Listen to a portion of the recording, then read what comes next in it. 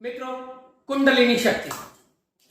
एक बार नहीं कई बार ये प्रश्न प्राप्त हुआ है कि कुंडलिनी जागरण क्या होता है, कुंडलिनी क्या होती है और कुंडलिनी किस प्रकार से हमारे अंदर जो है जब जागृत होती है तो किस प्रकार के हमारे अंदर प्रभाव उत्पन्न होते हैं, किस प्रकार के सिम्टम्स कुंडलिनी जागरण के हैं और क्या कुंडलिनी जागरण की तरफ व्यक्ति को चलना चाहिए।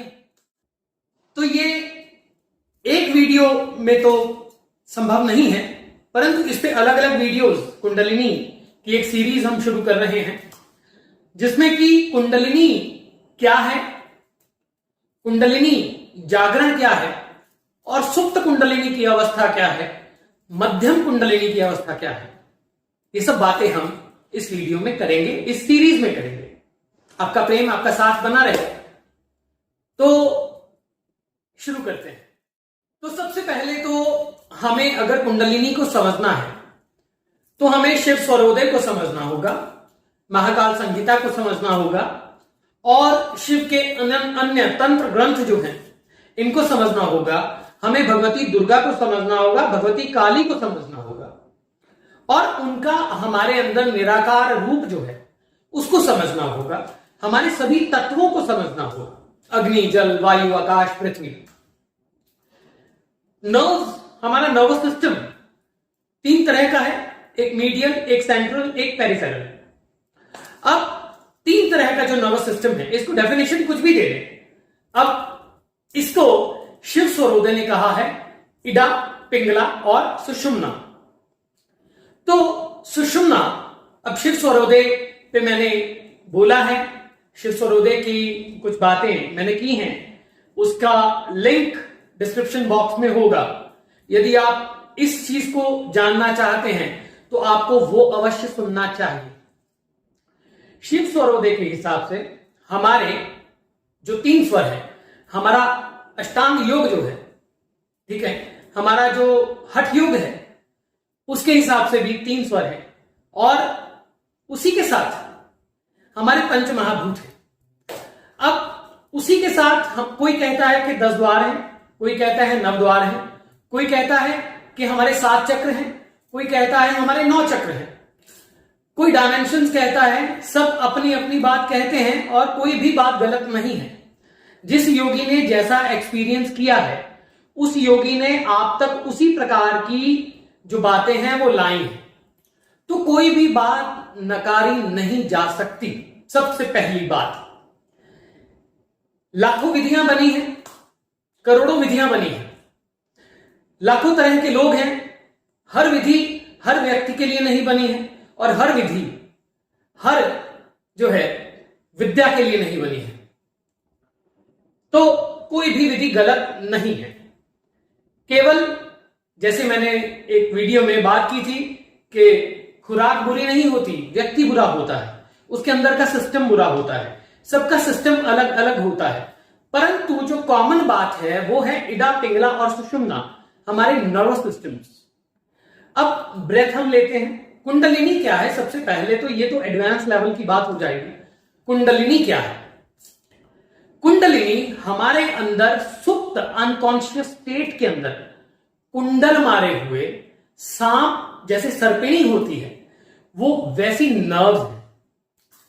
तो कुंडलिनी जागरण की अपनी अपनी सबकी विधियां हैं, पर कुंडलिनी का जो हमारा संबंध है वो हमारे सेंट्रल नर्वस सिस्टम से है, यानी हमारी सुषुम्ना से है। अब इडा, पिंगला और सुषुम्ना, इडा, पिंगला और सुषुम्ना, थर्ड आई, अपर साइनस, यहां से ब्रेथ जाता है यहां, यहां, यहां, यहां, यहां, हमारी सारी बॉडी में संचार करता है प्राण। तो वो प्राण जब हमारी एक नर्व है जो हमारी चक्रास को कनेक्ट करती है, अब उन चक्रास को कनेक्ट जो वायु का प्रवाह उनमें होता है तो वो सुषुम्ना के द्वारा होता है। सुषुम्ना हमारे अंदर की वह कनेक्टिंग वेन है जो उन नर्व्स को कनेक्ट करती है जो हमारे हिडन एनर्जी सेंटर्स हैं। अब कुंडलिनी जो है वो भी हिडन एनर्जी, हमारी सुप्त एनर्जी, ये हर एक व्यक्ति के पास होती है। जैसे 3 तल हमारी ऊर्जा के हैं। एक तल है जो हम रोज प्रयोग करते हैं। पहला तल क्या है?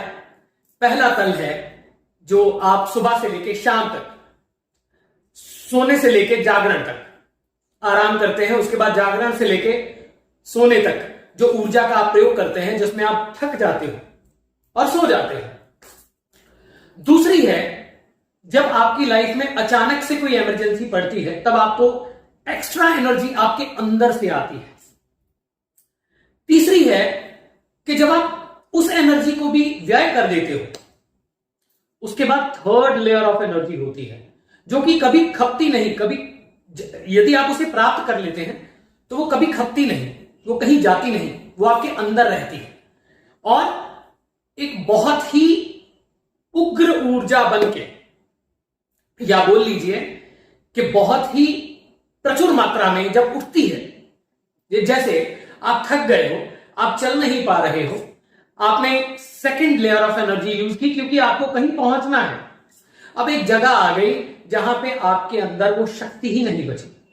अब आप किसी गार्डन में लेट गए, आप थक चुके हो, आप नहीं जा सकते। मैं आपके पास आता हूं, मैं बोलता हूं अरे तुम्हारे पास में सांप है, यूं करके उठते हो। कैसे उठते हैं? ये थर्ड लेयर ऑफ एनर्जी है। ये थर्ड लेयर ऑफ एनर्जी सुषुम्ना से कनेक्ट होती है। सुषुम्ना हमारा, मैंने देवलोक और पाताल लोक और पितृलोक इनके बारे में भी बात की है। डीएनए हमारा क्या है इसके बारे में भी बात की है। पितृ कौन है इसके बारे में भी बात की है। ये वीडियोस आप जरूर देखें। अब जो हमारे अंदर हिडन एनर्जी सेंटर्स हैं, उनके अंदर जैसे ही प्रवाह पहुंचता है, वैसे ही हमारे अनकॉन्शियस स्टेट उठ के खड़ी हो जाती है और वो थर्ड लेयर ऑफ एनर्जी हम में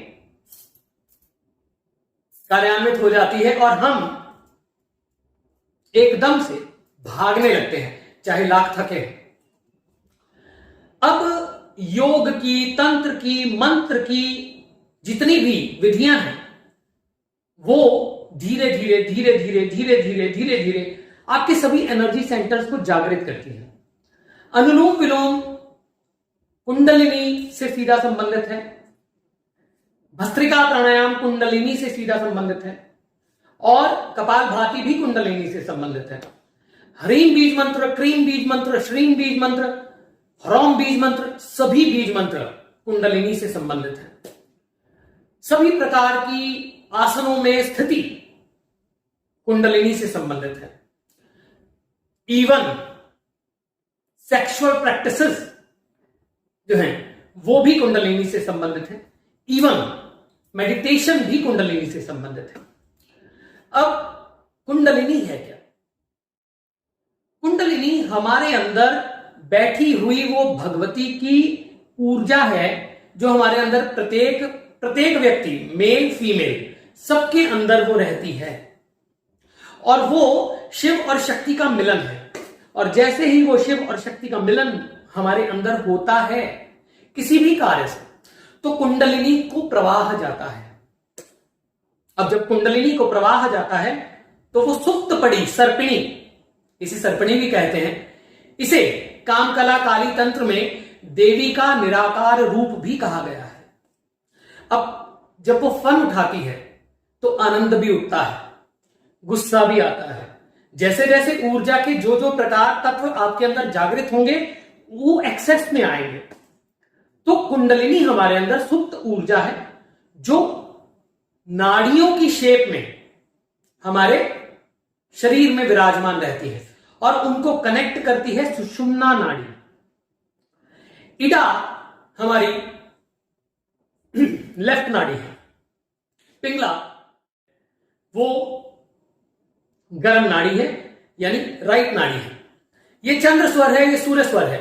जहां चंद्र और सूर्य दोनों मिल जाएं, शिव और शक्ति का मिलन हो जाए, जहां दोनों स्वर एक हो जाएं और एक तत्व आपके अंदर जागृत हो जाए शक्ति का, तो कुंडलिनी को प्रवाह जाता है और वो कुंडलिनी सर्पिणी की भांति बैठी रहती है छुपके, पर वो बार बार फिर फन फैलाती है। इसका संबंध एक वीडियो में मैं नहीं समझा पाऊंगा, ये भी बात है। इसका संबंध आपके तीनों स्वरों से है, आपके नर्वस सिस्टम से है, आपके डीएनए से है। अगर कुंडलिनी जागृत हो जाए और व्यक्ति इस ऊर्जा को ना संभाल पाए तो विस्फोटक भी हो सकता है, डिस्ट्रक्टिव भी हो सकता है। इसीलिए इस ज्ञान को बहुत सहेज के रखा गया है। तो इडा, पिंगला और सुषुम्ना जब एक हो जाती है, इडा और पिंगला सुषुम्ना में एक हो जाती हैं, तो प्रवाह जाता है कुंडलिनी को। और कुंडलिनी है हमारे अंदर सुप्त ऊर्जा जो कि फन फैलाती है, जो कि उस देवी का रूप बनके यूं उठती है और व्यक्ति सामान्य नहीं रह जाता। अब इसका संबंध मंत्रों से कैसे है, योग में कैसे भावनात्मक रूप से आप कुंडलिनी तक पहुंच सकते हैं, और किस प्रकार से आप मंत्र भी आप पे कैसे कुंडलिनी तक लेके जाते हैं, योग आपको कुंडलिनी तक कैसे लेके जाता है, ये सब बातें हम करेंगे। और कुछ जो अच्छे पात्र होंगे उनको इस साधना की ओर लेके जाएंगे। कुंडलिनी, कुंडल मारे हुए महाकाली, पंच तत्वों को मिलाकर जो शक्ति बनती है, दोनों स्वरों के मिलन से जो शक्ति बनती है, आपके रूट चक्रा से लेकर आपके सहस्त्रार तक जो विद्युत से जैसे बिजली कड़कती है और ऊर्जा उठती है, वो कुंडलिनी है, वो कुंडलिनी की ही ऊर्जा है।